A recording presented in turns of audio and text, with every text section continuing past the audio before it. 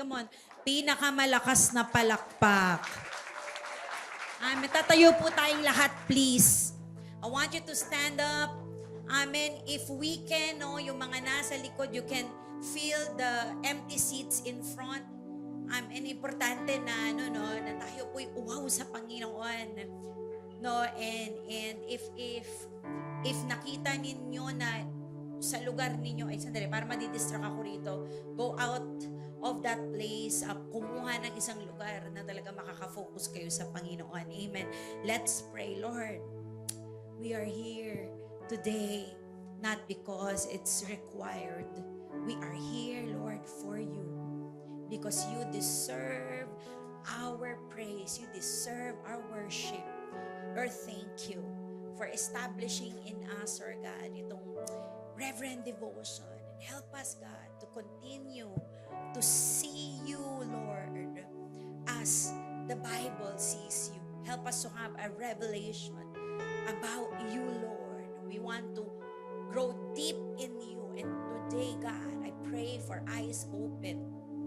I pray, Lord God, for eyes opened to see who you really are. May gawin ka sa amin. Come on, open your mouths right now and position yourself to receive. Position yourself to receive. Karayarabasik, karabasik, karabasik, karabahat. Kayarabasik, karabasik, karabahat. We rebuke all the works of the enemy in this place. Nire-release ko mga anghel mo, Panginoon, na protectahan kami, Lord God, that no retaliation from the enemy will happen. We only invite the Holy Spirit in this place. And we believe, God, that breakthroughs will happen. We're not just gonna hear from you and we're not just gonna be informed, Lord. I believe, Lord God, that we're gonna experience you today. May gawin ka sa amin. Thank you, Jesus. Amen, amen, and amen. Pinakamalakas sa mas malakas na palakpak sa ating Panginoon. Thank you, Lord. Amen, makakaupo na po tayong lahat. Okay. Amen. Thank you, Jesus. And so, today, wag niyo pong pigilan ang inyong mga sarili. Nahihiya ka pa ba? Sino rito nahihiya pa sa church? Sino rito yung nararamdaman pang nahihiya siya? Nahihiya na pumalakpak. Sige nga, palakpak para sa Diyos na namatay para sa atin. Can you say, wow? Can you say amen? Amen. Sino rito nahihiya pang lumuhod? Sino nahihiya pang magsamba? No? Pero sa concert ni Taylor Swift, no, grabe. Grabe ka pumalakpak. Grabe ka lumuhod. And si Jesus po ay higit pa kay Taylor Swift. Amen. Thank you, Jesus. Today, I'll be sharing about today. Can you say that? Today. Today. The year of the Lord's favor. The year of the Lord's favor. Sino rito, church, may mga bagay sa buhay mo na hindi mo akalaing mahalaga, na nasa harapan mo na mahalagang tao, malupit na tao, tapos hindi mo alam na malupit pala yung tao na yun. Diba? Hindi mo man lang nabate, hindi ka man lang nagpa-picture. At nung kwento mo sa pamilya mo, na na-meet mo yung tao na yun, nagulat sila, anak, ba't hindi ka nagpa-picture? Na-miss mo. Sino rin may ganyang experience? Sino dito may ganyang experience? Amen. Sabi mo nga sa katabi mo, sana hindi mo ma-miss ang gawa ng Panginoon. Sana hindi mo ma-miss ang galaw ng Panginoon. But before that, na-open your Bibles with me, okay, sa Luke chapter 4, starting verse 14. Okay, starting verse 14. Okay? Kaya dito natin makikita, dito po sa chapter po na ito, na grabe, no? Yun nga yung tanong ko sa inyo kanina. Have you ever been so close to something, so familiar with it, na hindi mo na nakikita ang value nito? Close ka dun sa tao na yon, no, na hindi mo na nakita yung value niya. No, na nami-miss mo. Okay? Na-miss mo yung value niya, hindi mo tuloy naranasan, no? 'Di ba? Hindi katuloy hindi katuloy nag-benefit because you were so familiar with that person or sa isang bagay na 'yan. At 'yan pong nangyari sa Nazareth. Okay? Because ang mga taong pinakamalapit kay Jesus, ang mga kasama niyang lumaki, yung mga kapitbahay niya, yung mga nakakita sa kanyang nagtatrabaho sa shop ng tatay niyang si Joseph, sila ang pinakabulag sa kung sino talaga ang ating Panginoong Hesukristo. So, isang Sabbath day, pumasok po si Jesus sa synagogue na pinuntahan niya, no? Okay? Na pinupuntahan po niya ito mula nung bata pa po siya. Because, again, ang setting po dito ay nasa Nazareth siya. No? At ang nangyari po ay binuksan niya yung scroll, okay, doon sa synagogue na yon, maliit lang na synagogue yon sa Nazareth. Binuksan niya ang scroll ng propetang si Isaiah. At binasa niya ang isa sa pinaka-powerful na messianic prophecy sa buong scripture na siya po yung tinuturo. Kaya nga po, if you would remember, na sa panahon ng ating Panginoong Hesukristo, talagang hayok na hayok sila sa Messiah at hinihintay talaga nila ang Mesiyas. Amen. And so, ang sabi niya in Luke 4:21, sige, open your Bibles in Luke 4, okay? But tignan po muna natin, highlight natin yung verse 21 at ang sabi rito, sabi niya, today, this scripture is fulfilled in your hearing. Mamaya, babasahin natin yung scripture. Sabi niya, ngayon, okay, sa harapan ninyo, itong scripture na ito, okay, ang Isaiah 61, itong scripture na ito ay fulfilled na. Kulang na lang sabihin niyang nasa harapan na ninyo ang fulfillment. Kaya po, by the end of the service, tinangka po siyang ihagis sa bangin. Tinangka po siyang ihulog sa bangin. And so, welcome to Luke chapter 4. And I want you to buckle up. Sabihin nyo nga, buckle up. Fasten your seat belts, no? At tignan po natin, okay, ito pong kwento na ito. And so, let's start. Let's read Luke 4, verse 14. Okay, ang sabi dito, okay, Jesus returned to Galilee in the power of the Spirit, and news about him spread through the whole countryside. He was teaching in their synagogues, and everyone praised him. Okay?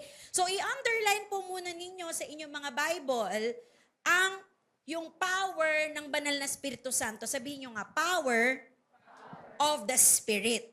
Kasi galing siya sa Galilee, in the power of the Spirit. Okay? Right? Saan siya galing? Sa Galilee.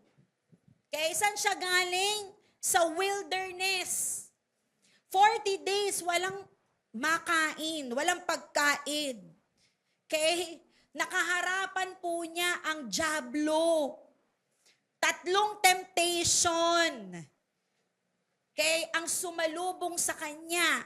At hindi lang siya nakasurvive, lumabas po siyang loaded. Sabihin mo nga loaded. Lumabas siya nga na may dunamis, or dynamite, power ng Holy Spirit.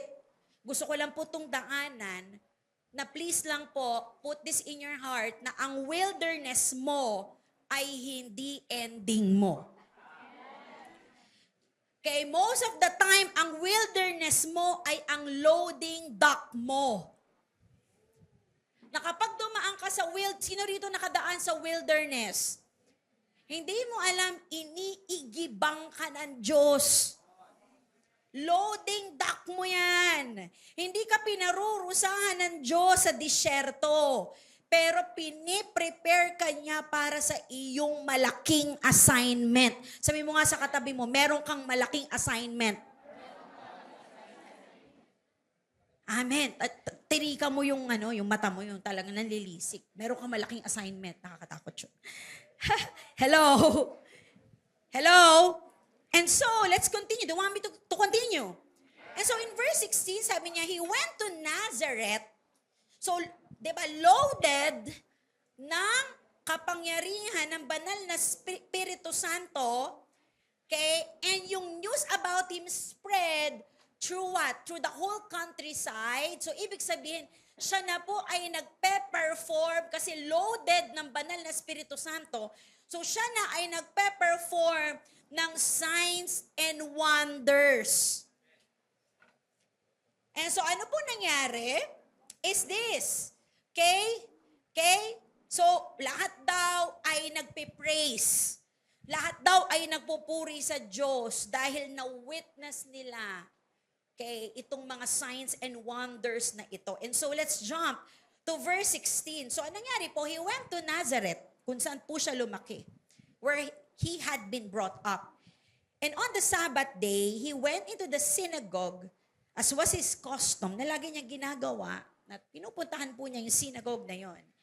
And he stood up to read. At siya po ay tumayo para magbasa. So, again, ang Nazareth ay ang hometown niya. Dito siya lumaki. And so, yung mga tao po doon, mga ka-churchmates niya, nakita po siya nung bata na tumatakbo-takbo. Ayan, ganyan. Familiar na po sa kanya. Sabi ko nga kanina, na-witness siya na nagtatrabaho sa shop ng kanyang karpenterong tatay. At ngayon, ibinigay sa kanya ng synagogue attendant ang scroll ng prophet Isaiah para basahin. Pero sa totoo, siya rin yung pumili.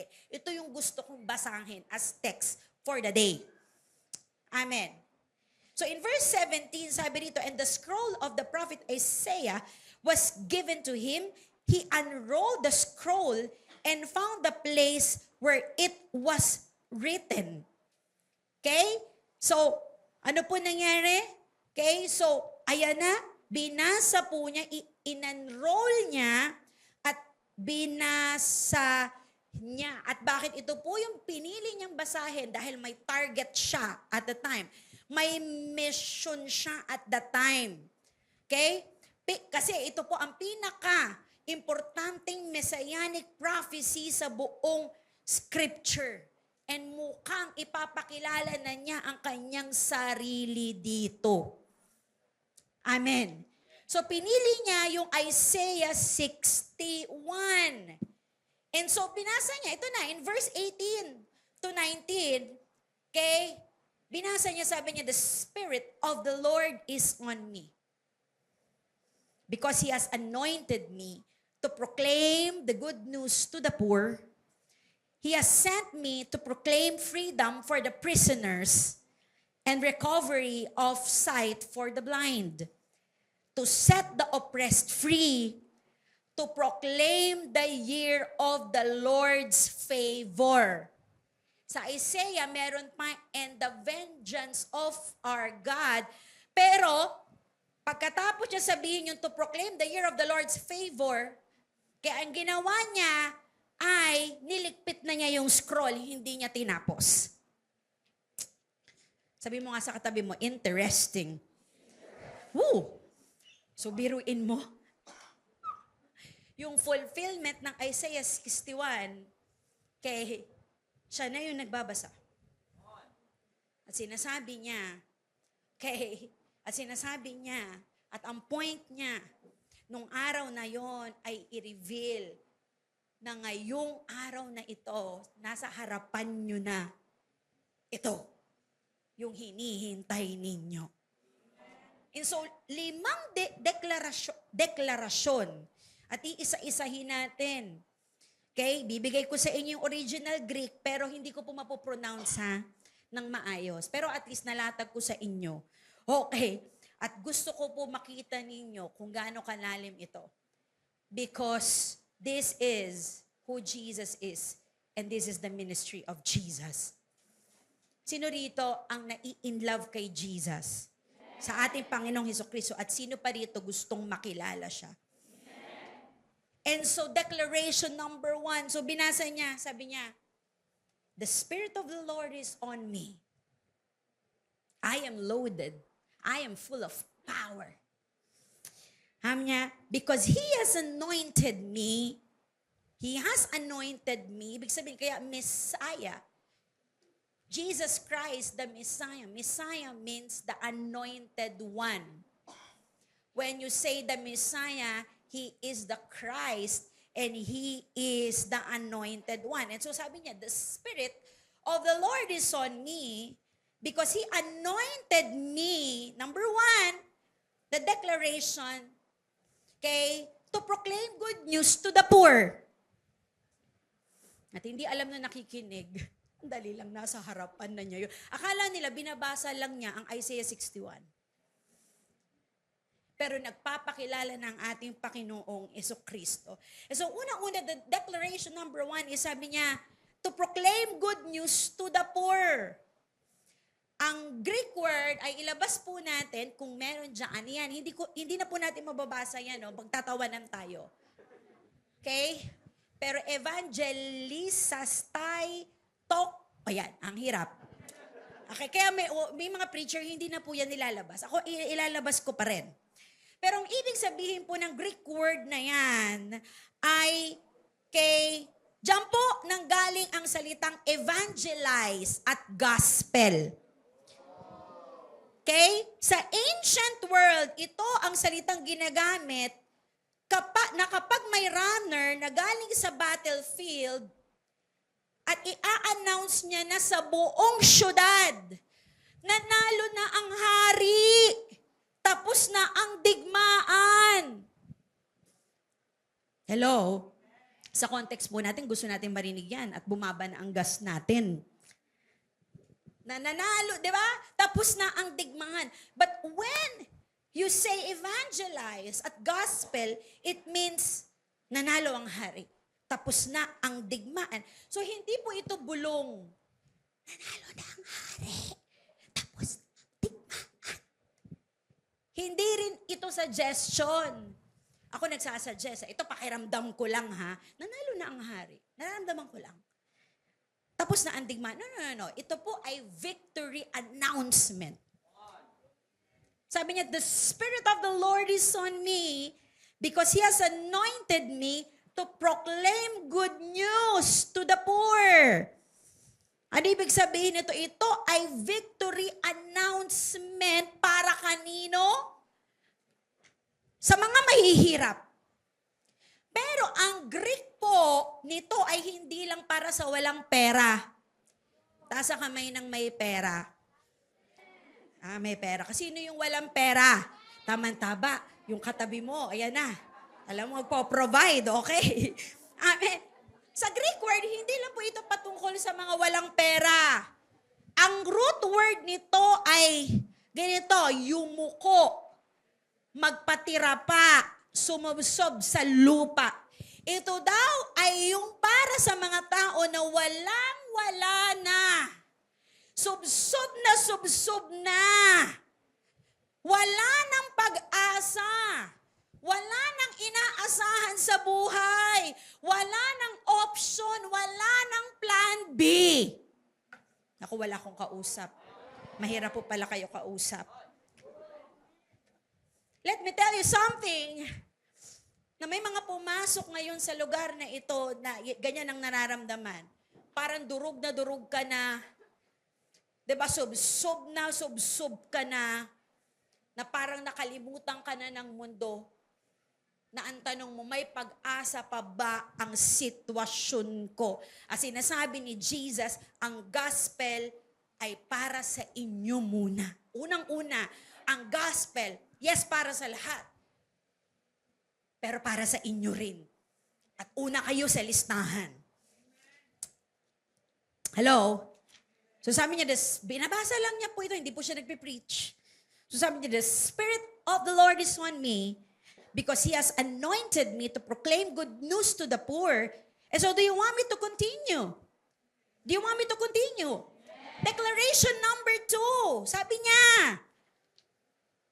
He has sent me to proclaim freedom for the prisoners. Yan po ang Greek. Mahirap pong bigkasin. Picturean nyo na lang. Tanong nyo si YouTube. Pero po ang ibig sabihin po niyan is yung kerishai, ang ibig sabihin po niyan ay mag-announce publicly to proclaim freedom for the prisoners. Kerishai means mag-announce publicly. Para kang town crier. Okay? Yung Ike Maloto is, okay, ang hirap, no? Huwag niyo pong ipangalan to sa anak niyo. Mahihirapan tayo. Ibig sabihin po niyan, captives. Mga prisoners sa digmaan. At yung aphesin, napakahalagang salita because ang ibig sabihin po niyan ay release. Ang ibig sabihin po niyan ay liberty. Ang ibig sabihin po niyan ay forgiveness. Ang salitang aphesis ay lumabas po sa Old Testament ng 22 times. Okay? Tapos sa Leviticus 25, i-discuss ko po ito sa inyo mamaya, yung chapter ay tungkol sa Year of Jubilee. Ay naku po, this is a big thing. This is a big thing. Later, I'm gonna discuss the Year of Jubilee. Hindi po Jollibee, okay? Okay? Hindi po the Year of Jollibee. This is the Year of Jubilee. Ito po ang salita para sa ganito. Yung utang mo, cancel na. Yung mga slaves, yung mga alipin, malaya na. Yung mga nakulong, mairi-release na. Pero ito rin ang salitang ginagamit sa New Testament para sa kapatawaran ng kasalanan na dapat babayaran mo. Pero sabi ng Panginoon, ako na magbabayad. So nakita niyo pa ang ginagawa ni Jesus? Isn't this exciting? Taas kami na excite. So ginagawa ni Jesus na ina-announce niya na ang spiritual bondage at ang oppression ay wawasakin. Ilan sa inyo ang captive sa addiction? Ilan sa inyo ang captive sa depression? Ilan sa inyo ang captive sa isang nakaraan na paulit-ulit na nasa isip ninyo na kahit sabihin ni Pastor, malaya ka na, paano ko naging malaya? Lagi ko iniisip. Paano ko naging malaya? Lagi nasa panaginip ko. At ilan sa inyo ay captive ng relihiyon to the point na ginagawa nyo na ang lahat ng tama, pero hindi pa rin kayo malaya. Taas ang kamay ng gustong maging totoong malaya. Ang sabi ng Panginoon, aphesin, release. Tatanggalin ang kadena. I-release freedom para sa mga nakakulong. Hindi dahil deserve nyo, kundi dahil yun lang ang puso niya. Come on, palakpakan po natin ang Panginoon. And declaration number 3 is this. Are you ready? So sabi niya, tinuloy niya, sabi niya, the Spirit of the Lord is upon me.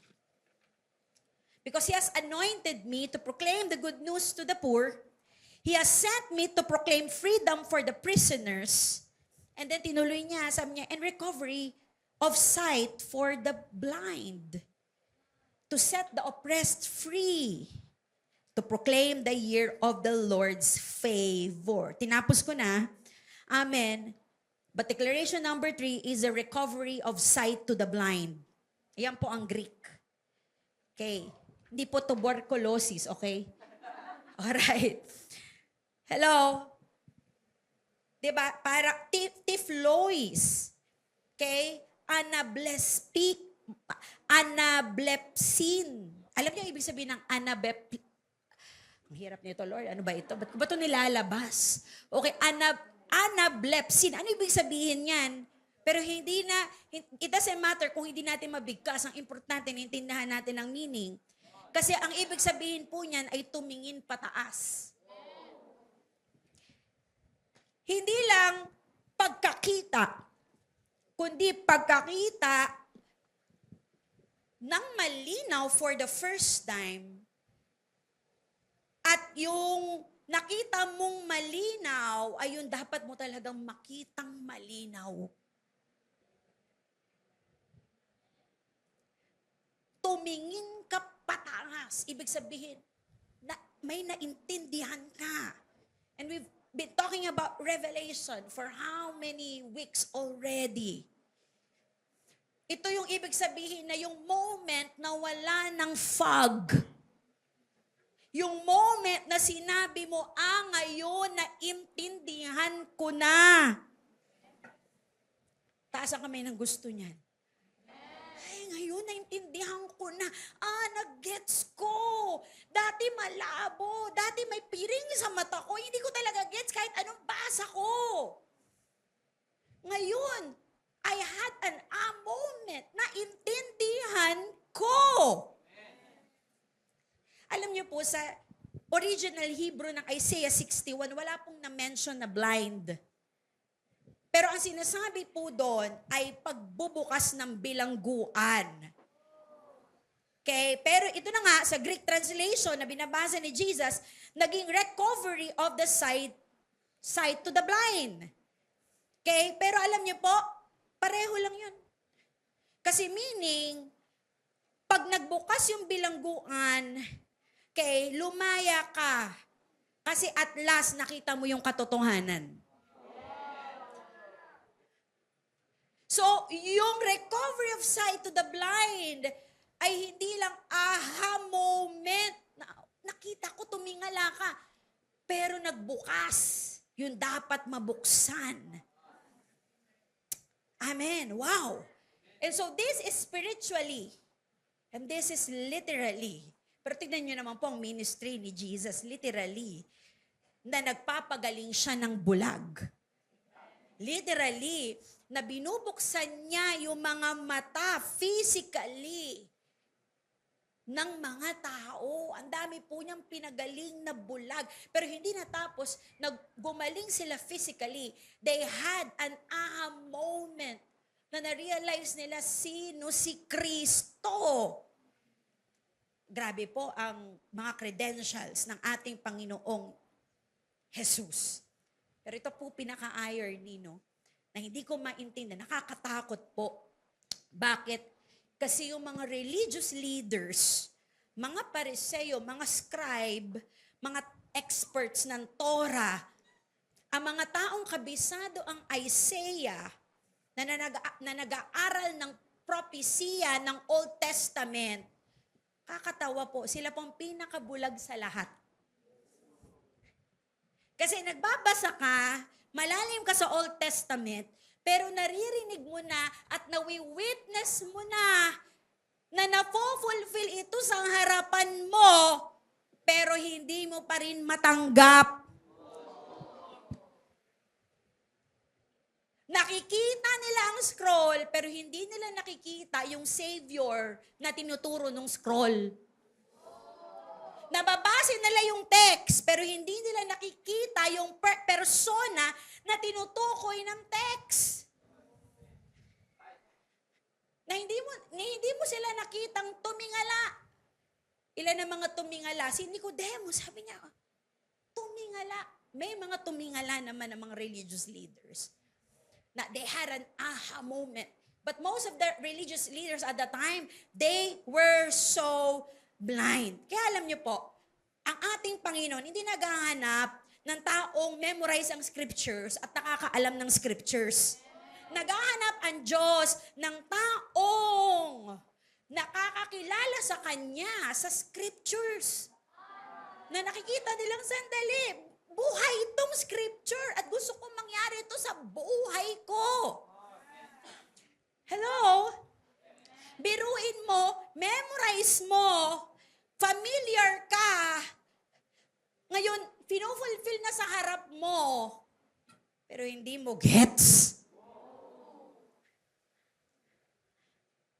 Hello? Tawag po dun, bulag. Sino rito yung naranasan niyang tumingala siya kasi finally nakita na niya. And hindi lang physically, but spiritually. And you know what? I want to tell you, tingnan mabuti sa akin, there is more. Ako, I believe in my spirit na palalim tayo ng palalim and that Jesus is gonna reveal Himself to us to the point that this church, okay, will not just know Him, but will truly serve Him and put Him first in our lives. Sabi mo sa katabi mo, there is more. And so binabasa ni Jesus, sabi niya, eto na, mangyayari na. Sige lang i-time nyo lang ako. Declaration number 4 is to set the oppressed free. Diba? Prophecy ni Isaiah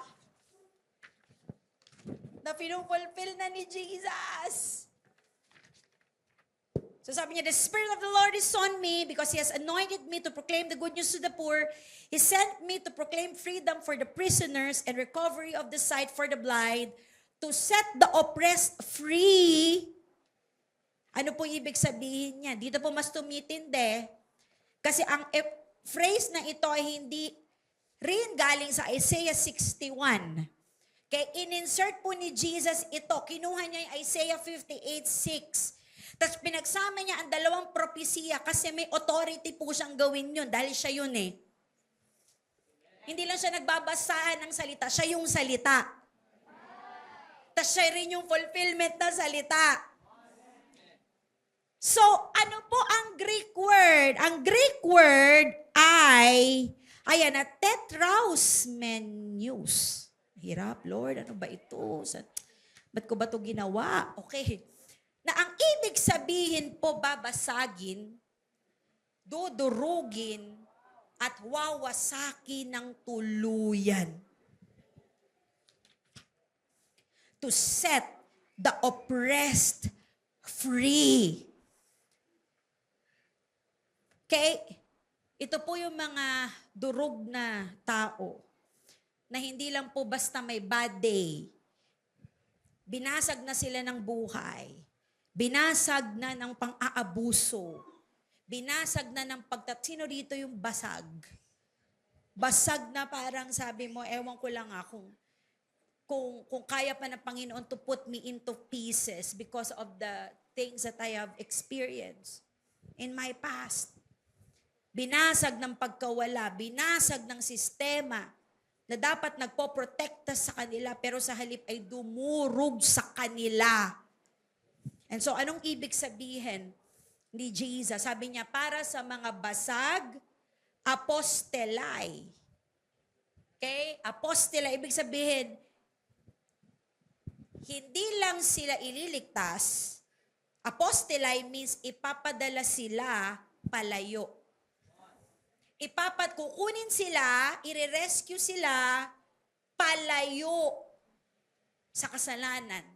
Palayo sa pagkabasag, palayo sa kanilang nakaraan, papunta sa aphesis, papunta sa kalayaan. Labasan natin yung Greek. Okay? Papunta sa release, papunta sa kapatawaran, papunta sa direksyon ng Diyos sa buhay nila. papunta sa assignment ng Diyos para sa kanilang buhay, papunta sa kasaganahan, papunta sa buhay na walang hanggan. Hindi ka lang pinalaya, tapos bye-bye. Hindi. Pinalaya ka, tapos isisend ka para doon talaga sa destiny mo. Dadaling ka niya sa dapat na nandun ka. Hello? And this is a beautiful, pattern. Ang Ama, pinadala si Jesus, at ang anak na si Jesus ay nagpapadala ng mga durog papunta sa kalayaan. Papunta sa destiny ng Diyos sa buhay nila. Papunta sa kasaganahan. Papunta sa kung anumang plano ng Diyos sa buhay mo. Hindi ka lang niya papalayain from something. Hindi ka lang niya papalayain from addiction. Hindi ka lang niya papalayain from depression. Pero pinalalaya ka into something. Kaya ka pinalalaya kasi may pupuntahan ka, may direksyon ka, may purpose ka, ipinadadala ka. Kaya hindi pwedeng, Lord, salamat pinalaya mo ko, tapos hanggang ngayon, ordinaryong tao ka pa rin. Hanggang ngayon, umuupo ka pa rin sa church. Hanggang ngayon, hindi mo figure out, Lord, paano mo ko gagamitin? Hindi, okay na, lumaya na naman ako. I think that's enough. Yung mga taong lumaya, hindi na sasabing, Lord, salamat lumaya ako. Sasabihin nila, Lord, saan ako pupunta? Dalin mo ako doon. Lord, gamitin mo ako. And so, papalayain ka. Apostolay. Tas ipapadala ka. Taas ang kamay na naniniwala na may purpose ka sa buhay. Na may rason bakit ka pinalaya. Jesus came not just to set you free. Jesus came because He knows who you are and you have a great calling. That you have a great destiny. That He has plans for you. Plans to prosper you, not to harm you. Plans to give you hope and a future. Amen. That's why Jesus is in the business of changing names. Na hindi ka lang pinalaya sa kasalanan na yan, papalitan niyang pangalan mo dahil may destiny ka. Declaration number 5. Are you excited? Are you excited?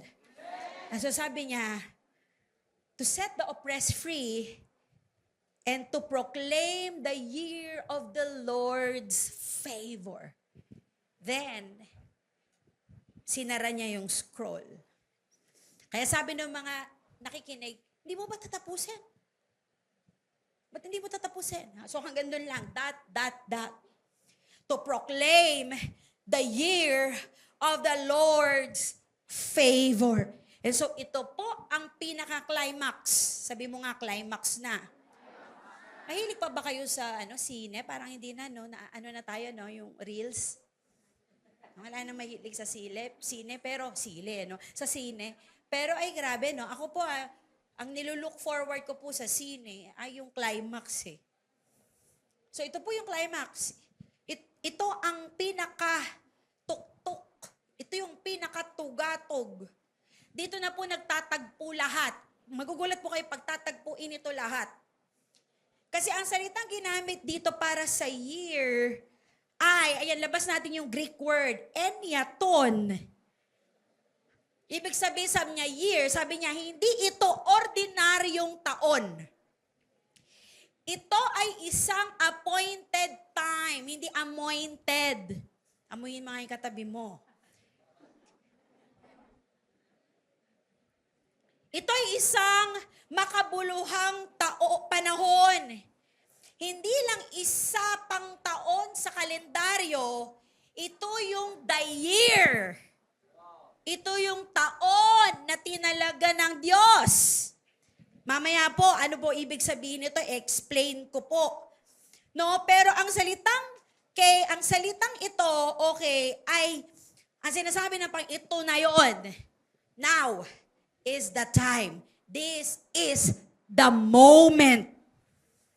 Hello. Hello. Hello. So, sige, labas natin yung Greek. Tapos yung dekton dyan, ang ibig sabihin ay favorable or acceptable. Ang taon na ito ay pag-aari ng Panginoon.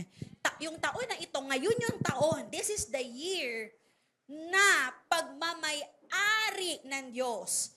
Taon na punong-puno ng pabor.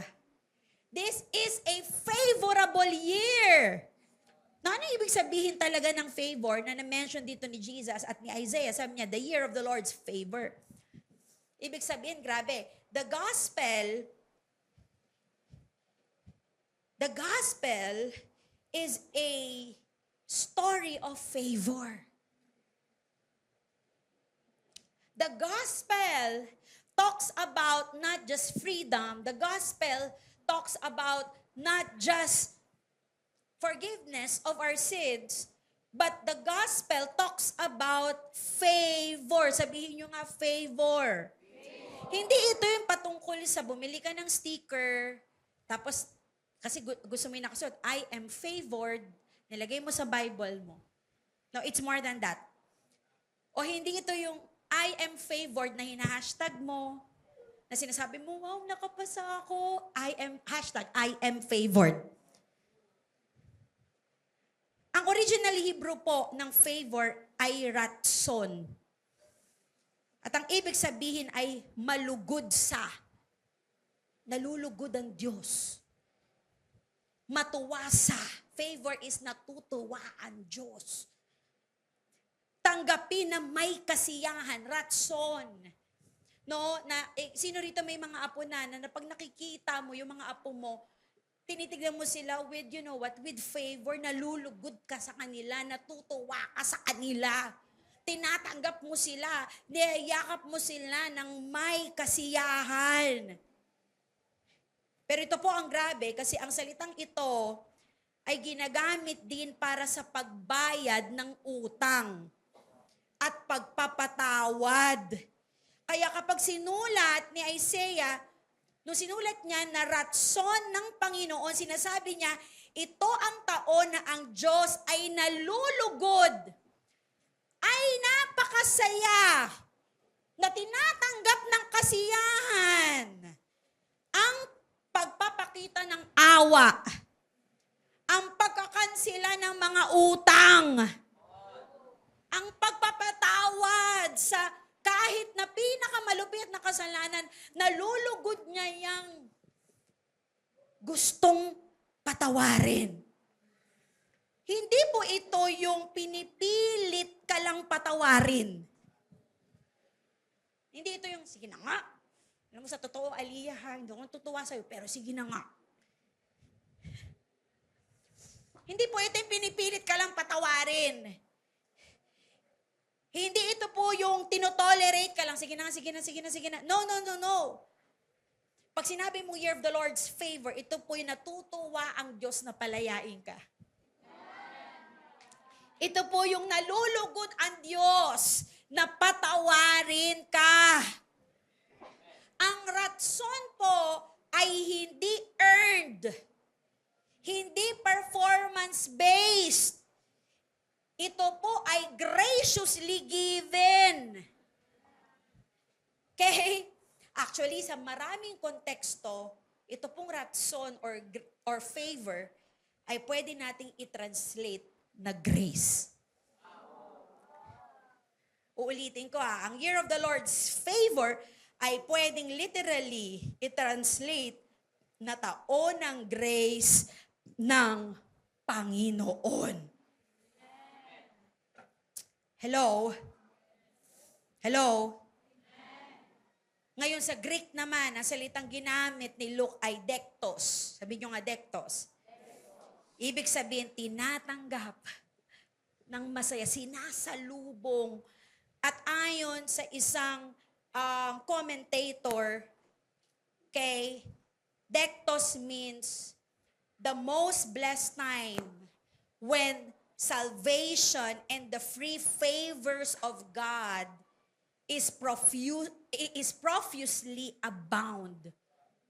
Okay? The grace, Okay, the most blessed time when salvation and the free favors of God profusely abound. Ano ibig sabihin nun? Hindi patak-patak. Hello?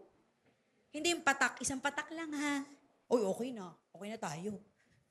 Hindi ito may sukat. Uy, ano lang 350 ml lang. Okay na yun. Ito po, profusely means umaapaw. Profusely means sobra-sobra. Higit pa sa deserve mong tanggapin. Higit pa sa deserve mong makuha. Higit pa sa deserve mo. Palakpakan po natin ang Panginoon. At grabe po ang wordplay nito because ang dektos ay lumabas ulit sa verse 24. Please note, basahin nyo kung saan sinabi ni Jesus, diba, walang propeta ang dektos tinatanggap sa sarili niyang bayan. Okay, dahil nga at that time, hindi siya tinatanggap sa sarili niyang bayan, parehong salita, pero sinasabi niya is this, hindi ako tinatanggap. Kasi ang dektos ay pagtanggap ng Diyos. At siya mismo ay hindi natanggap, hindi na dektos doon sa lugar kung saan siya lumaki. Dumating yung taon ng acceptance, pero tinanggihan siya ng mga tao. May kausap po ba ako? Pero that's it. That's my point.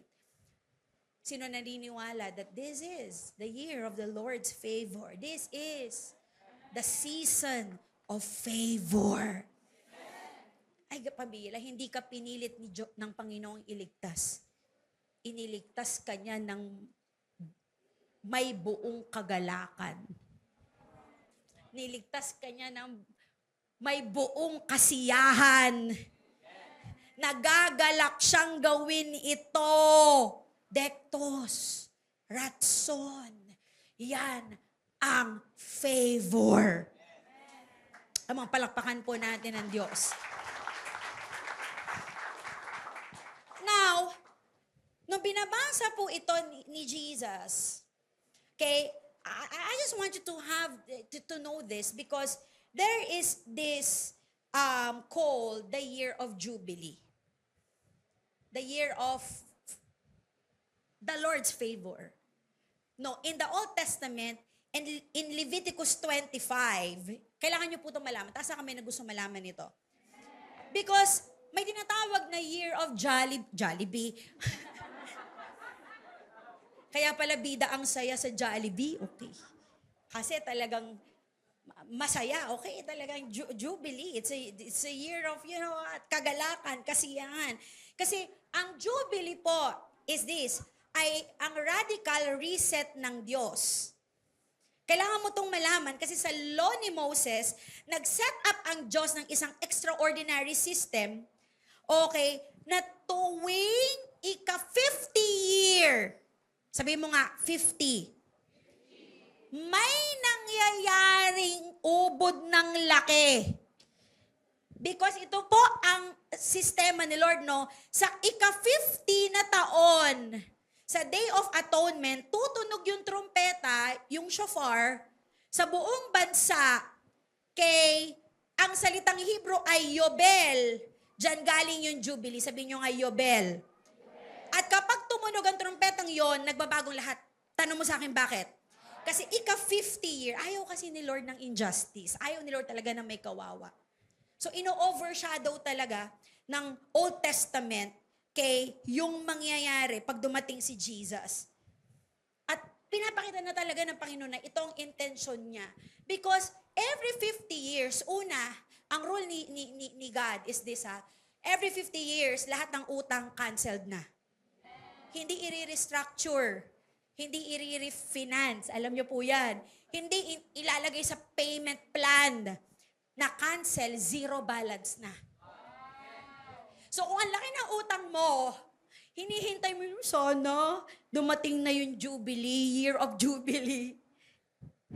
Kaya lang, ewan lang natin kung maaabutan mo. Pero lahat ng mga Israel, they're longing for that. Pangalawa, lahat ng alipin, pinalaya. So for example, binenta mo sarili mo bilang alipin dahil sa kahirapan. O dahil may utang ka. Ayan, sa taon ng Jubilee, lalakad kang malaya. Walang kondisyon, walang tanong. Pangatlo, yung lupa mo at ng pamilya mo, maibabalik. So, kunyari nawala yung ancestral lupa mo o property. Sa Year of Jubilee, pwedeng mabalik ito, walang bayad. Ang lupa ay babalik sa original na may-ari. Naintindihan niyo yung radicalism nito? Ika-50 year.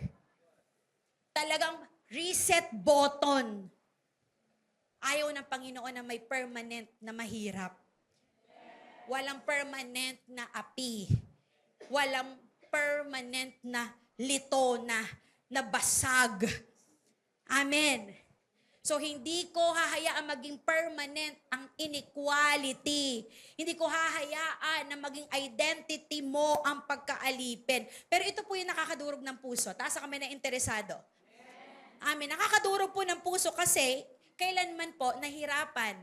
Wala sa record. Hindi ko sinasabing hindi nila nagawa, pero wala sa record. Kaya kahit tanong nyo po yung mga scholars, wala po sa record na naisagawa po ito ng Israel ng buong buo. Walang malinaw na record na talaga bang na-fulfill nila. Kasi ang daming tao na ayaw magpalaya. Ano lalaya ka? Diba? In your dream. Ano ka? Lupa ko to. Kaya sa totoo lang, ito yung dahilan bakit sila na-exile for 70 years. Para naman magpahinga yung lupa. Kaya sila in exile. Hello? But that's written in the law of Moses. Hanggang sa dumating ang ating Panginoong Jesucristo. Na ang sinasabi niya, ako ang Jubilee. Ako, wala akong kausap. Sabihin mo nga si Jesus ang Jubilee. Tapos sabi mo sa katabi, ikaw naman ang Jollibee. Kasi nararamdaman ko, ililibre mo ko sa Jollibee. Hello? Hello? And sabi niya, listen to me. Sabi niya, ang Isaiah 61, ang Year of Jubilee, today, sabi niya, in Luke 4:21, sabi niya, today, this scripture is fulfilled in your hearing.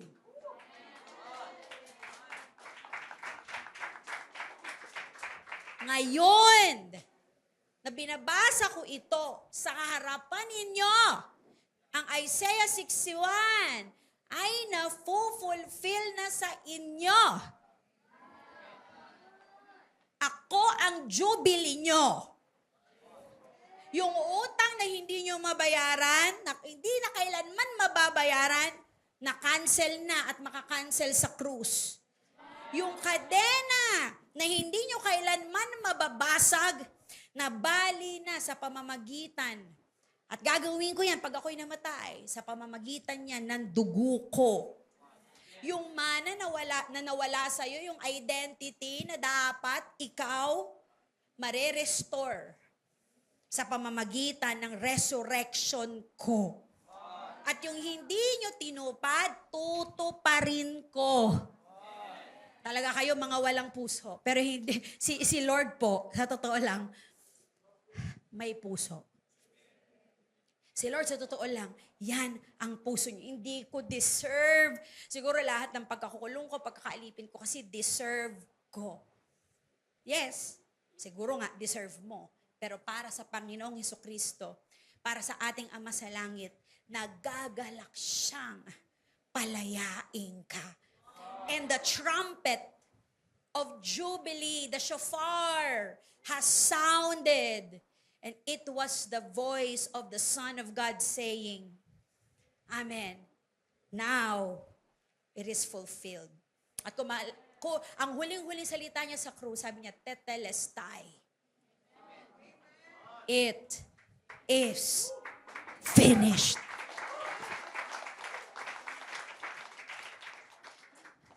I want to tell you, there's something, God had to really reveal these things to me. Pastor, hindi pa ba nare-reveal sa'yo? No. Do you know that God opened my eyes? Sa kapangyarihan ng dugo niya. Sa kapangyarihan ng pangalan niya.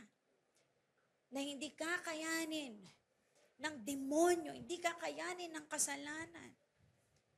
Na sa pangalan niya talagang mga kadena mawawasak. Na ang mga nasa kadiliman ay makakakita ng ilaw muli. And I'm witnessing this right before my very eyes. Hello? Si Jesus lang, sa pangalan lang ng ating Panginoong Hesukristo. And sinabi ko po sa inyo kanina, because may kadugtong po ito talaga, no? Kasi sinarado lang ng ating Panginoong Hesukristo yung scroll eh. Nung sinabi niya na to proclaim the year of the Lord's favor, sinarado na niya. Hindi niya tinapos in the day of vengeance of our God. So parang ganito, parang tinigil ni Lord sa koma. Naglagay siya ng kama. Okay, parang sinasabi niya ganito, okay ganito.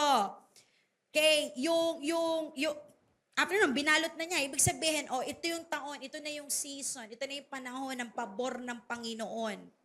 Ng grace niya, kaligtasan, good news, ang jubilee. Pero yung araw na paghihiganti, yan ang pangalawang, yung mangyayari yan sa pangalawang pagdating niya.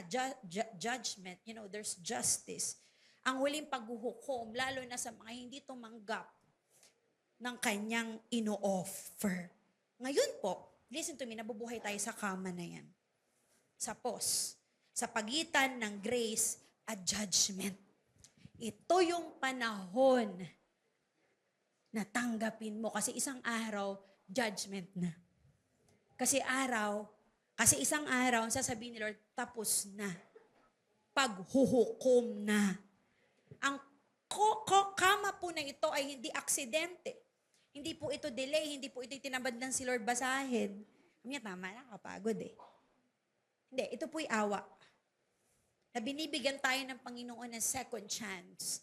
Na ito yung panahon na maa-avail mo ng libre. Ang kapatawaran ng kasalanan, ang grasya ng Diyos, ang pabor ng Diyos. Binibigyan tayo ng Diyos ng oras. Pinakamatinding regalo ay oras. Oras para marinig. Oras para maintindihan. Oras para tanggapin. Oras para maniwala. Pero yung kama na yan, hindi magtatagal forever. Kasi may darating na judgment. At tatapusin ni Jesus ang pagbabasa ng verse. Hello? Hello? Come on, palakpakan po natin ang Panginoon. And so I tell you, accept this gift and really walk up your life. And really, pag nakita mo yung liwanag, tumingala ka sa langit. Continue walking in the light. Do not go back to your past. Because sa scriptures po, madami nagsasabing, Lord, Lord. Tinatawag si Lord. Pero sa dulo ng buhay niya, sasabihin ni Jesus, hindi kita kilala. I'm sorry. Sino ka nga ba? Sino ka nga ba? Bakit? Kasi hindi talaga nila totoong tinanggap. At hindi talaga nila totoong, alam mo yon, naintindihan itong grasya na ito. This is more than reading a gospel tract. This is more than going here and then the pastor will say, can you accept Jesus your Lord and Savior? Okay. Hindi ibig sabihin na nangyari yun sa'yo. Hindi ibig sabihin na natanggap mo yun. You have to have this revelation that Jesus is the Christ. The Son of the living God. And kailangan mo ma-accept yon at maging grateful ka, hindi entitled. Nasabihin mong, Lord, grabe ka naman sa grasya mo, tinatanggap ko to. At dahil sa pabor mo na yan, at dahil sa grasya mo na yan, Lord, maglilingkod ako sa'yo. There is no turning back. Ayoko na maging katulad ka nung panahon ni Kristo na nasa harapan na nila yung fulfillment. Pero hindi man lang nila na-gets. Sabi mo nga sa katabi mo, gets mo? Gets mo ba? Pagpatuloy natin, in Luke 4:22, patapos na po ako, I wanna invite the pianist. Because in Luke 4:22, sabi niya, nung binasa niya, okay, sabi niya, all spoke well of him and were amazed. Nagbabasa pa lang yun, ha? At the gracious words that came from his lips. Pero may doubt. Sabi niya, but isn't this Joseph's son? So una nagustuhan nila, wow, galing, ganda ng message. Pero, pansinin ang pagbabago, biglang may doubt. Hindi ba ito yung anak ni Joseph? Teka, di ba kilala? Di ko talaga mawari kasi kilala namin to eh. Na tumatakbo nung bata siya. Di ba, na inaasistahan yung tatay niya. At magaling din tong karpintero. Wala namang anything special sa kanya. Tapos, ngayon, yan ang sasabihin niya. At si Jesus ang nakakabasa ng puso in Luke 4:23, we're still in the text. Sabi niya, surely you will quote this proverb to me. Physician, heal yourself, and you will tell me, okay, do here in your hometown what we have heard that you did in Capernaum. Gawin mo nga sa amin yung naririnig namin na ginagawa mo sa Capernaum, na ginawa mo sa Capernaum. They wanted proof. They wanted the show. Pero hindi naman dumating si Jesus para i-entertain kayo. Hindi ako nandito para i-prove ang sarili ko. Para maniwala kayo. At alam mo, ni-remind niya yung kanyang hometown na sabi niya, naalala nyo during the famine, nung time ni Elijah, no, na si Elijah hindi niya pinadala sa mga widows ng Israelites. But sa widow ng nasa labas ng Israelite. So, ang point niya is this. Sabi niya, then he said that Elijah did not heal any Israelite with leprosy. Okay? Pero pinagaling niya si Naaman na isang Syrian. Ang point niya is this. Sige, i-reject nyo ito. Bibigay ko sa iba. Hello? Kung yung insider ayaw tanggapin, ibibigay ko sa outsider. Kasi yung grace ko hindi lang exclusive sa mga insider. Ito po ay para sa lahat. The year of Jubilee. Jubilee. Jubilee. Jubilee is for everyone. Kung tatanggihan mo ang Jubilee, ibibigay ito ng Diyos sa iba. Amen. Amen. And so, what happened? Okay, verse 28 to 29, all the people in the synagogue were furious when they heard this. They got up, drove him out of the town, and took him to the brow of the hill on which the town was built in order to throw him off the cliff. Nung binabasa niya to, look for, hindi nila dahil bulag hindi nila ma-absorb, hindi nila ma-gets. Alam nyo, to the point that they committed, muntik nang mag-commit ng murder. Itong mga to na talagang itatapon si Jesus sa cliff. Pero sabi ni Jesus, hindi ako dito mamamatay. Hindi ako dito mamamatay. Amen. Amen. Kasi ifo-fulfill ko ang ultimate jubilee once and for all soon. But hindi dito. Then he walked right through the crowd and went on his way. Yun na yung huling dalaw niya sa Nazareth. Hello? Come on. And so ang dami pong mga Christians na sinasabi na ng Panginoon, kaya ko magpagaling. Na sinasabi na ng Panginoon, walang panama ang demonyo sa pangalan ko. Pero until now, hindi natin maintindihan. Amen. Amen. Today, ngayon, hindi bukas, hindi next week, hindi kapag settled ka na, hindi kapag ready ka na, tumutunog ang trumpet ngayon. Ngayon ang taon ng pabor ng ating Panginoon.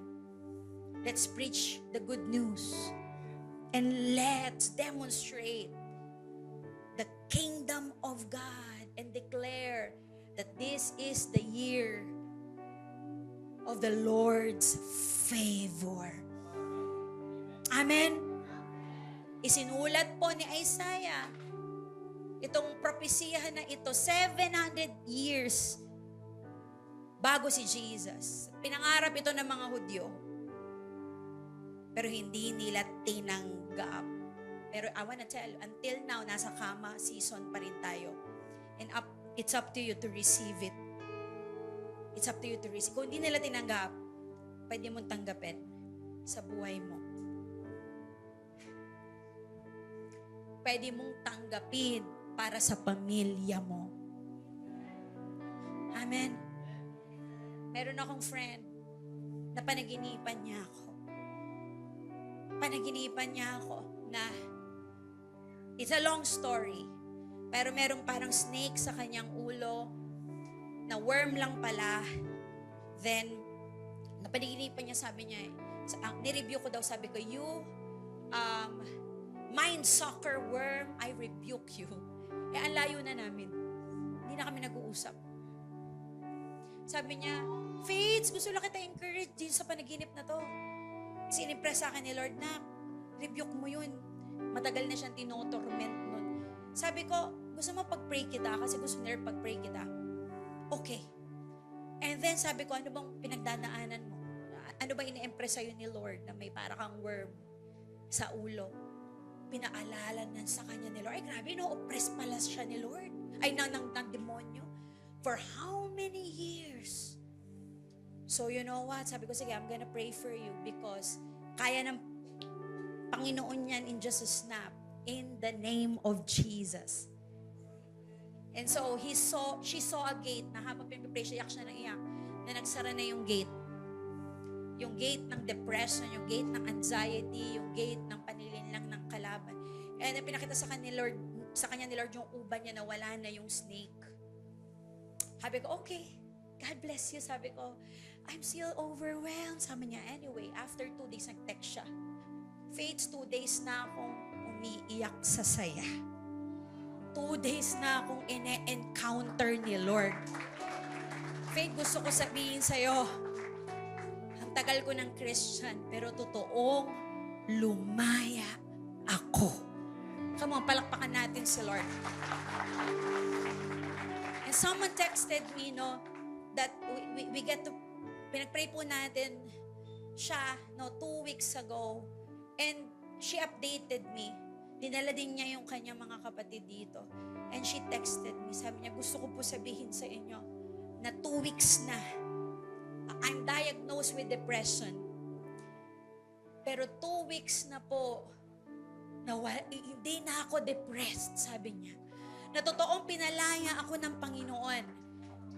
Sabi niya, 2 weeks na po na nagbabasa na ako ng Bible. 2 weeks na po, pati mga kapatid ko, ay grabe, kami totoo na naglilingkod sa Panginoon. Pinalaya din siya ni Lord sa PCOS, pinagaling siya eh. Kasi sabi ng demonyo ako naglagay ng PCOS. So sabi niya, alam ko po, na pinagaling din ako ni Lord sa PCOS. And you know what, I want to tell you, it's in the name of Jesus. Hello, it's in the name of Jesus. Hello, may pinag-pray po ako. Na literally, yung demonyo po talaga may sungay, tapos may namumula yung mata eh. Talagang galit na galit. So sabi ko sa kanya, anong ginawa mo dyan sa tao na hindi ako natatakot? Sabi niya, anong sumpa ang nilagay mo? Sabi niya, anyway, after nun, inamin na niya, sabi niya, yung sumpa na to na nilagay ko sa kanya is hindi siya mag-aasawa. Taas ang kamay na hindi pa nag-aasawa hanggang ngayon. Baka may sumpa, cut natin yan. Amen. You know, pagising niya, sabi niya, miyak siya, sabi niya. At madami pang lumayas sa kanya. Ang daming lumayas sa kanya. Pero sabi niya, alam niyo po, Rev, yung ex-boyfriend ko, sabi niya, sinumpa po talaga niya ako na hindi ako mag-aasawa. Nagulat po ako na nag-manifest yung demonyo na yun. Kasi sabi ko, lahat yung sumpa, yung demonyo attached dyan sa sumpa na yan, ay pinalalayas ko sa pangalan niya. Literally, alam mo, nag-text siya, sabi niya, you know what? Ang gaan ng pakiramdam ko, I am completely free. Ang tagal ko na na nag-figure out, Lord, ba't ganito? Mahal naman kita, pero hindi ako lumalaya. I tell you, this is the year. This is Jubilee season. That in the name of Jesus, that in the blood of Jesus, walang demonyo. Hindi, alam mo, lakas talaga yung demonyo. Wala akong malakas sa demonyo. The gates of hell won't prevail against us. And at the name of Jesus, sa pangalan ni Jesus, walang diablo, walang addiction, ano man ang sitwasyon ng tao na hindi kayang sagutin at hindi kayang paggalingin. And ako po, na pinag-aaralan ko to, sabi ko, Lord, open our eyes. Because the Spirit of the Lord is upon you. He has anointed you to proclaim the good news to the poor. Sent you to proclaim freedom for the prisoners. Open my eyes that you can do this, that you are still doing this. And I want to see this, Lord, in our ministry. Ang prayer ko dito sa church natin, wala nang hindi kayo mahahawakan ng demonyo. Amen. Pero pwede hong may demonyo kayo. Hello, hindi mananalo demonyo sa inyo. Pero pwede pong may demonyo kayo na kayang palayasin ng ating Panginoon Jesucristo. At ang heart ko, ito po mangyari po sa inyo. Completely free. Who wants to be completely free? That you will really experience freedom. And sabi niya, recovery of sight for the blind. Ang prayer ko is that everyone will have a revelation of who Jesus is. And not just that, we will come to a point that we're gonna see miracles upon miracles. That Jesus is gonna heal even yung pinakamalupit na sakit. To set the oppressed free, to proclaim the year of the Lord's favor. Sabi ko sa Panginoon, Lord, bukas mo yung mata ko. And I want to tell, I'm seeing it right before my very eyes that He is still doing this. Amen. May mga cessationists na hindi na naniniwala na kayang gawin ng Panginoon yan ngayon. Pero tayo po ay continuationist. Na hanggang ngayon, hanggang sa kanyang pagbabalik, kaya niya lahat ng sitwasyon ng buhay natin na sinabi na ng mundo na mahirap. Come on, palakpakan natin. Palakpakan po natin ang ating Panginoon. I want you to stand up right now. I want you to close your eyes. And I want to talk to the mga bihag. I want to talk to the prisoners right now. Please close your eyes, everyone. Andito ka, pero hindi ka free. Merong may hawak sa'yo. Hindi ko alam kung ano yon. Baka isang sikreto na kinakain ka habang buhay. Baka unforgiveness.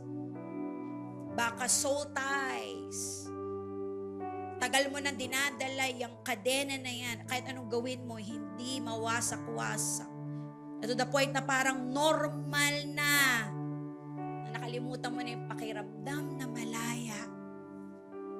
Kasi nasabi ni Jesus, I can set the prisoners free. I can release you from that bondage. Yang kadena na yan ay hindi permanent address mo. Hindi ako dumating para linisin yung kadena. Dumating ako para wasakin yung kadena. At kung bihag ka, today I want you to receive that you can be set free. Pangalawa, I want to talk to the mga durog. I want to talk to the broken. Don't open your eyes. Kung ikaw yung broken, basag ka. Basag not in a good way. Kasi dapat basag talaga tayo kay Lord eh. But I'm talking about basag in a bad way. Kasi hindi ka lang basta nagtampo, hindi ka lang basta nasaktan, dinurog ka. Winasa ka. Di ko alam kung ano yan. Winasa ka ng pang-aabuso. Winasa ka ng paghihiwalay ng mga magulang mo. Hindi ka lang sugatan. Hindi ka lang may sugat. Basag ka. At sinubukan mo to put the pieces in your life together, but you cannot. Hindi mo kayang buuin yung sarili mo. Sabi ni Jesus, hindi lang ako nagpapagaling ng may sugat. Ang sabi ni Jesus, ang specialty ko ay yung mga taong basag. Dalhin mo sa akin kahit yung isang peraso. Bubuuin ko ulit. Pero mas maganda kung bawat isa ibigay mo na. Paano yung may mga natapon? Basta ibigay mo. Ikakabit ko ulit. At hindi ko lang ikakabit ulit. Gagawin kitang bago. Tapos ipapadala kita palayo sa kasalanan. Ipapadala kita palayo kung saan man yan na-oppress ka, palayo. At dadalhin kita sa buhay na walang hanggan. Dadalhin kita sa magandang plano ko sa'yo. Papunta sa kalayaan. Hindi lang kita nire-repair. I-re-repair. Ipapadala kita. And you will see yourself being used mightily. Daming disipulo ni Jesus na talagang tinanggap si Jesus.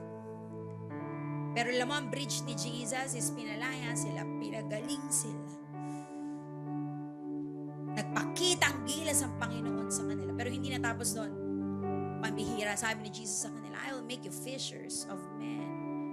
And you can do the things that I did, even greater. Para sa mga basag, I want you to talk to God right now. And I want you to claim this.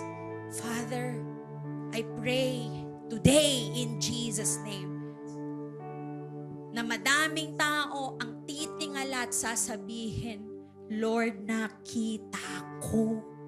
Nakita kita. I had a revelation of how powerful you are, that you are the answer to my misery. That ikaw lang, wala nang iba, hindi pagkakaroon ng kotse, hindi pagkakaroon ng madaming followers. Lord, nakita ko, nabuksan ang mata ko na ikaw, yung treasure na hinahanap ka. I wanna talk to the blind. Number 3, sa mga bulag. Sinasabi ko ito na may pagmamahal. Huwag po kayo masasaktan. Pero madami rito, Nazareth crowd. Lumaki ka sa church. Alam mo yung mga kanta. Alam mo yung mga kwento. Even kabisado mo yung Luke 4 o yung Isaiah 61. Pero hindi tumatama sa puso mo. Sobrang lapit mo na kay Jesus, pero namimiss mo siya completely. Parang yung mga tao sa synagogue, nasa harapan na nila, pero na-miss pa nila. Tumingin ka pataas. Buksan mo ang mata ng mga puso mo. Tignan mo si Jesus. Hindi natin pinag-uusapan ng reliyon ngayon. Hindi reliyon na magliligtas sa'yo. Hindi tradisyon na magliligtas sa'yo. Hindi konsepto ang magliligtas sa'yo. Pero yung tagapagligtas, open your eyes, bumaba siya. at dineclare niya, I am Jubilee. Dineclare niya, ito na yung panahon. I'm pouring out grace at hindi ako napipilitan. I'm pouring out mercy and favor. At hindi ko yun ginagawa kasi sige na nga, may pumilit sa akin. No, buong puso niyang ginagawa yun. Masaya niyang ginagawa yun. That's the year. That's Jubilee. And this is a season ngayon. Hindi bukas. I pray that to tell Jesus. Sabi nga ni Bartimaeus, Jesus. Sumigaw siya sa kanya, Jesus, Son of David, have mercy on me. Open my eyes. I want to see. Magandang regalo mo sa buhay mo yung makakita ka. Ang problema ay hindi yung problema. Ang problema ay yung revelasyon mo kung sino si Kristo. Wala kang revelation kung sino si Christ. Hindi mo nakita kung sino talaga siya. Ang problema ay hindi yung wala kang pera. Ang problema ay hindi mo siya totoong nakikita. Kasi bulag ka. Kasi Nazareth crowd ka. I want to tell you, we're gonna experience signs and wonders in this church. Demons gonna manifest in this church. And you know, they're gonna go out. They're gonna come out in your lives and in your families. Pero kailangan makita natin kung sino ang ating Panginoon. At pag nakita mo kung sino siya, tanggapin mo yung ino-offer niya. Tanggapin mo yung mga pinapangako niya. At hindi mo lang tatanggapin, paniwalaan mo na para sa'yo yun. At hindi mo lang paniniwalahan, sasambahin mo siya na may reverent devotion. Mamahalin mo siya na may reverent devotion. Hindi buhos-buhos. Kasi hindi, alam mo yun, hindi nagtipid si Lord sa'yo. Hindi pa unti-unti. Ibibigay mo lahat. Kasi hindi tayo tinipid ng ating Panginoon. Kailangan ka muna makakita spiritually. Para makita mo ang kapangyarihan niya physically. And you're not just gonna witness His power. You're gonna demonstrate His power. The keys of the kingdom will be handed to you. That to the point that you will see yourself healing the sick, casting out demons, and releasing the power of the kingdom of God. Thank you, Jesus. Come on, kung ikaw yan, I want you to talk to the Lord right now. At sabihin mo, ako yun, Panginoon. Ako yung bihag. Pwede mo sabihin, Lord, ako yung basag. O sabihin mo, Lord, ako yung bulag. Harababasi, karabasi, karabasi, karabahat. Orabasi, karabasi, karabahat. Orababababasi, karabasi, karabahat.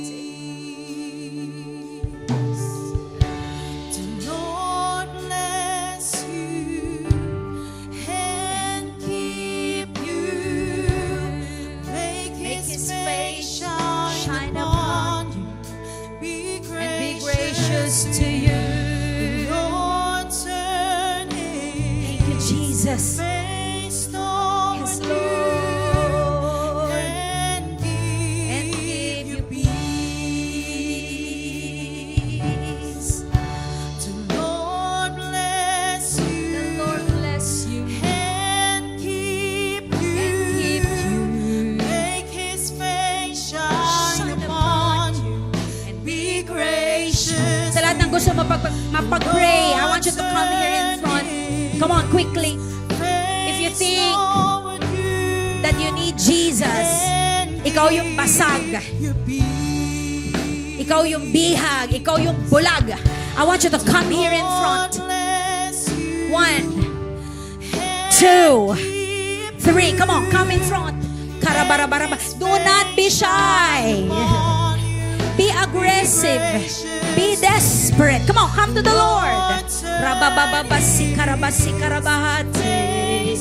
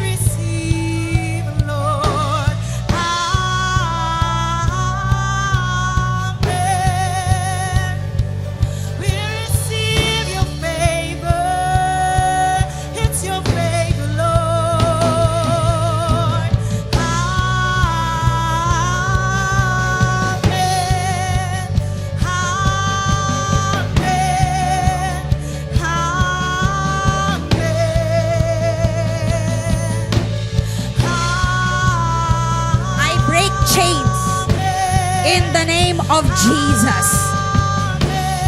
I break chains in the name of Jesus. I release you from prison in Jesus' name.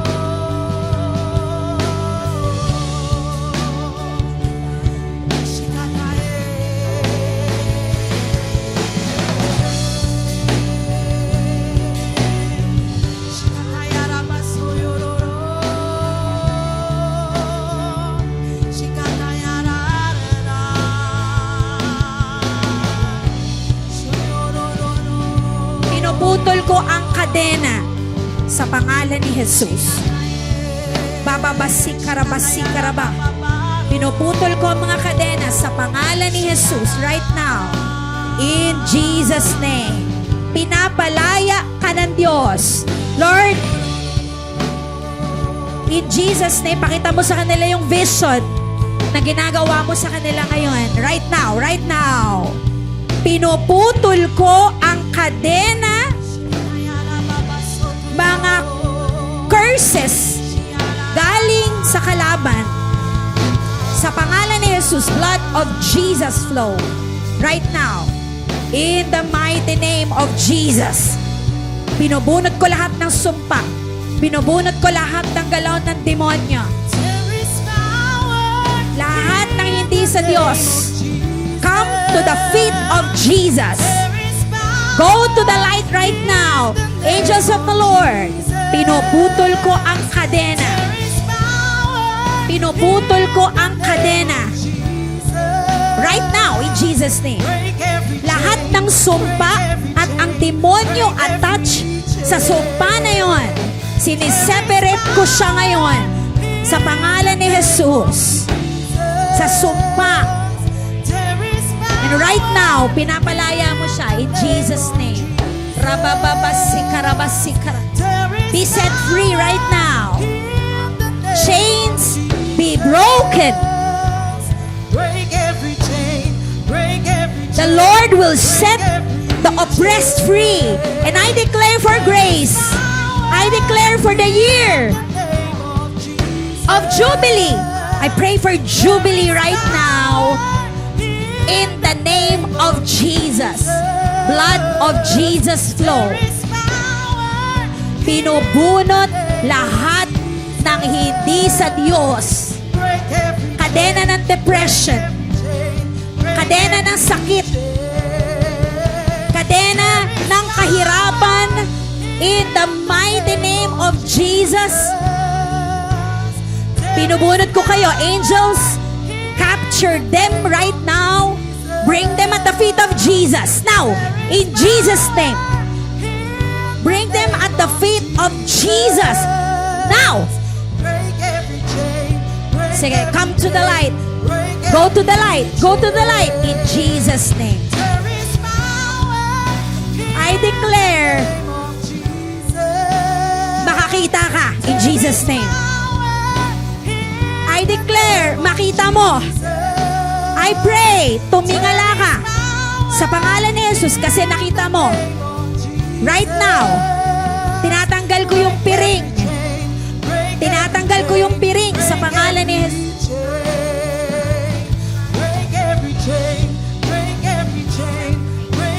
Be set free right now. Sharabarabarabasikarabasikarabahatse. Rabababa, fire. Fire, fire. Fire. Fire. Fire. Fire. Blood of Jesus. The blood of Jesus to flow right now. Lalo sa lahat ng nasa harapan ngayon. Lahat na nakaluhod ngayon sa pangalan ni Jesus. Tinatanggal mo yung kadena. Sharabarabarabasikaraба. Pinapalaya mo sila, Panginoon, sa pangalan ni Jesus. Thank you, Jesus. Thank you, Lord. Thank you, Jesus. Be set free now. Be set free in Jesus' name. Close your eyes. Be set free now. Be set free now. Mahal ka ni Lord. Mahal na mahal ka ni Lord. Open your eyes. Pinapakita sa'yo ni Lord, now is the time. He has come for you. He has come for you now. Lord, maramdaman ng bawat isa ang love mo. I pray ma-encounter ka nila ngayon in Jesus' name. In Jesus' name. I pray ma-encounter ka nila ngayon sa pangalan ni Jesus, and I rebuke Nazareth spirit in the name of Jesus. They're gonna press in. They would want more. More. More of you, Lord. They would want more from you.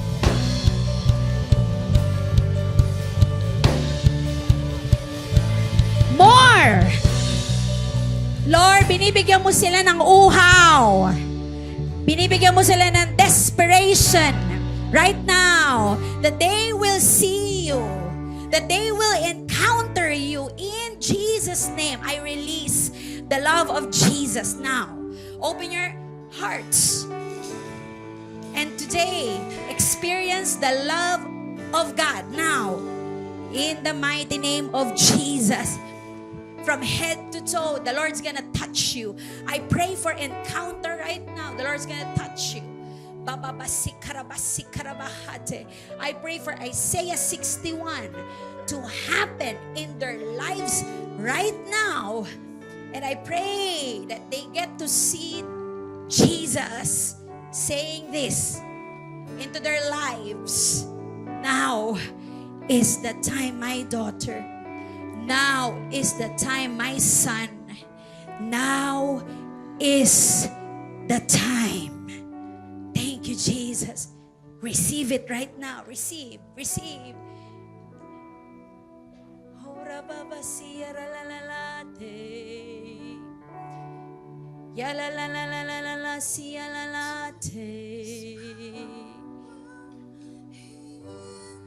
Thank you, Jesus. Yes, Lord. The Lord is opening the eyes of your heart right now. Right now. Hallelujah. Kung mo tignan yung katabi mo, ina-encounter ka ni Lord. Ayaw ni Lord na nandito ka pero malayo ka. Ayaw ni Lord na naririnig mo pero hindi mo nararanas. Ayaw ni Lord na naririnig mo pero hindi mo nagigets. Nabulag ang mata mo. Today, experience His love. Experience His power in your life. Horababasikarabasikaraba. Sa lahat ng basag, sa lahat ng bulag, sa lahat ng mga bilanggo. Experience His power right now. In Jesus' name. In Jesus' name. And I break familiarity. I break the Nazareth spirit in Jesus' name. I break the Meron spirit. Yung spirit na walang hunger. I rebuke it. I break it in the name of Jesus. And sa malaking kamay niya, Lord, alam mo, ang dami namin dito. Angels of the Lord, be released. Thousands of angels, be released. Lay your hands upon them in Jesus' name. Lay your hands upon them. And I'm seeing the hand of God. Binubunot lahat ng sumpa. Lahat ng mga kadena. Winawasak sa pangalan ni Jesus. At nakakita ko ng susi nang sinasabi, malaya ka na sa pangalan ni Jesus. Malaya ka na sa sakit na yan. Malaya ka na sa bondage na yan. Malaya ka na sa lahat na nakakapanaginip. I want you to mga panaginip na hindi galing sa Diyos. Put your hand to your head right now. And right now, in Jesus, binubunot ko yan. Lahat ng mga nightmares, lahat ng mga panaginip na hindi sa Diyos, sa pangalan ni Jesus. Yung mga kalungkutan na hindi galing sa Diyos. Yung depression na hindi galing sa Diyos. Mga sakit na dulot ng demonyo, nilalagay ng demonyo, binubunot ko yan ngayon. Mga kahirapan, mga pagpuputakti ng mga demonyo, pangaasar ng mga demonyo. Sa pangalan ni Jesus, binubunot ko yan. And I declare na sa buhay mo, puso mo, sa bahay mo, even ang bank account mo, trabaho mo, ang ministry mo, mararanasan ang mas malalim na pagkakakilala sa Panginoon. Thank you, Jesus. I want you to raise your hands right now. Raise your hands right now. And I want you to receive His grace. Receive His favor. Let it shine upon you. May you realize how wide, how deep, how long God's love for you is. That He is so delighted to free you. He's so delighted to forgive. He's so delighted. Delighted siya. Masaya niya ang ginagawa. Na iligtas ka. Wala sa simbahan na ito, Panginoon, ang nandito sa church, pero hindi pala maliligtas. Wala sa simbahan na to, nandito sa church, naglilingkod, pero hindi pala maliligtas. Kasi hindi ka nila totoong tinanggap. I declare right now, sa lahat na nasa harapan, likod, kanan, kaliwa, ora babasik karabahate, that they will find you and that they will seek you and they will seek you with all their hearts, Lord. And all the boulders, all disturbances, for them to open their Bibles, to seek you, to worship, to pray, to kneel down, to serve you will be dismantled in Jesus' name. I want you to receive it. Come on, you receive it in Jesus' name. And I release right now fire. I release right now hunger. I release that you're gonna fall in love with Jesus. I release the Mary anointing, the Isaiah anointing. Thank you, Jesus, upon your life. And I pray that you will realize that more than conquering cities, that more than conquering lands, ang pinakamataas na accomplishment ay yung ma-in-love ka ng todo-todo sa Panginoon. More than doing mighty exploits, I want you to realize na ang pinakamataas na accomplishment ay yung mahalin mo si Jesus ng buong puso mo, higit sa asawa mo, higit sa mga anak mo, higit sa pera, higit sa ministry. Kasi pwede mong mahal na mahal ang church pero hindi mo mahal si Jesus. Pwede mong mahal ang ministry mo, disciples mo, pero hindi mo mahal si Jesus. Walang kaligtasan dyan. Hallelujah. Receive blessings. Receive favor. Receive the presence of the Lord. And may you smile again. May you laugh again. May you sing again and dance again. And may you every day open your Bible again. And may you encounter the Lord starting today, every day of your life. Hindi paatras ang pag-ibig. Paabante ang pag-ibig. Hindi paliit. Palaki. Ang pag-ibig mo sa Diyos. Oh, Amen. Amen. Amen. Thank you, Jesus. Oh, Amen. Oh, Amen. Come on. Oh, Amen. Oh, Amen. Amen. Thank you, Jesus. Thank you, Lord. I want you to raise your hands, everyone. Everyone, come on, taas ang kamay. Everyone, lahat ng tao sa lugar na ito, raise your hands and receive Isaiah 61 in your life. And it will be progressive in your life. It will be so progressive in your life. Receive the Spirit of the Lord. Receive the anointing from on high. Proclaim the good news to the poor. Be set free. And you're gonna free prisoners as well. In the name of Jesus. Receive recovery of the sight. And you're also gonna be used by God to literally recover the sight of others. Receive freedom from oppression. In Jesus' name. And you're gonna set others free. And receive the favor. The favor. The favor of the Lord. Some of you are seeing in your vision the smile of God. The Lord is revealing to you how favorable you are in His sight. Di siya galit. Di siya galit sa'yo.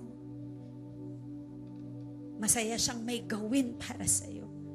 At masaya siya na palayain ka. At isa-isa niya yung gagawin at ididil sa buhay mo. At masaya siyang dalhin ka sa pupuntahan mo na napakaganda. Dadalhin ka niya doon sa will niya. Receive it. Receive it. In Jesus' name. Say, I love you, Lord. Say, I love you, Lord. Say, I love you, Lord. Come on. Say, I love you, Lord. I receive. Thank you, Jesus. Ora bababasiya rabahat. And I lift my voice to worship you, oh my soul, rejoice, take joy, my King, in what you hear. Let it be a sweet, sweet sound in your ear. For the last time, last na lang po ito, lakasan mo. As in worship like never before, with reverent devotion. Come on. Wala nakatingin sa'yo. Love you,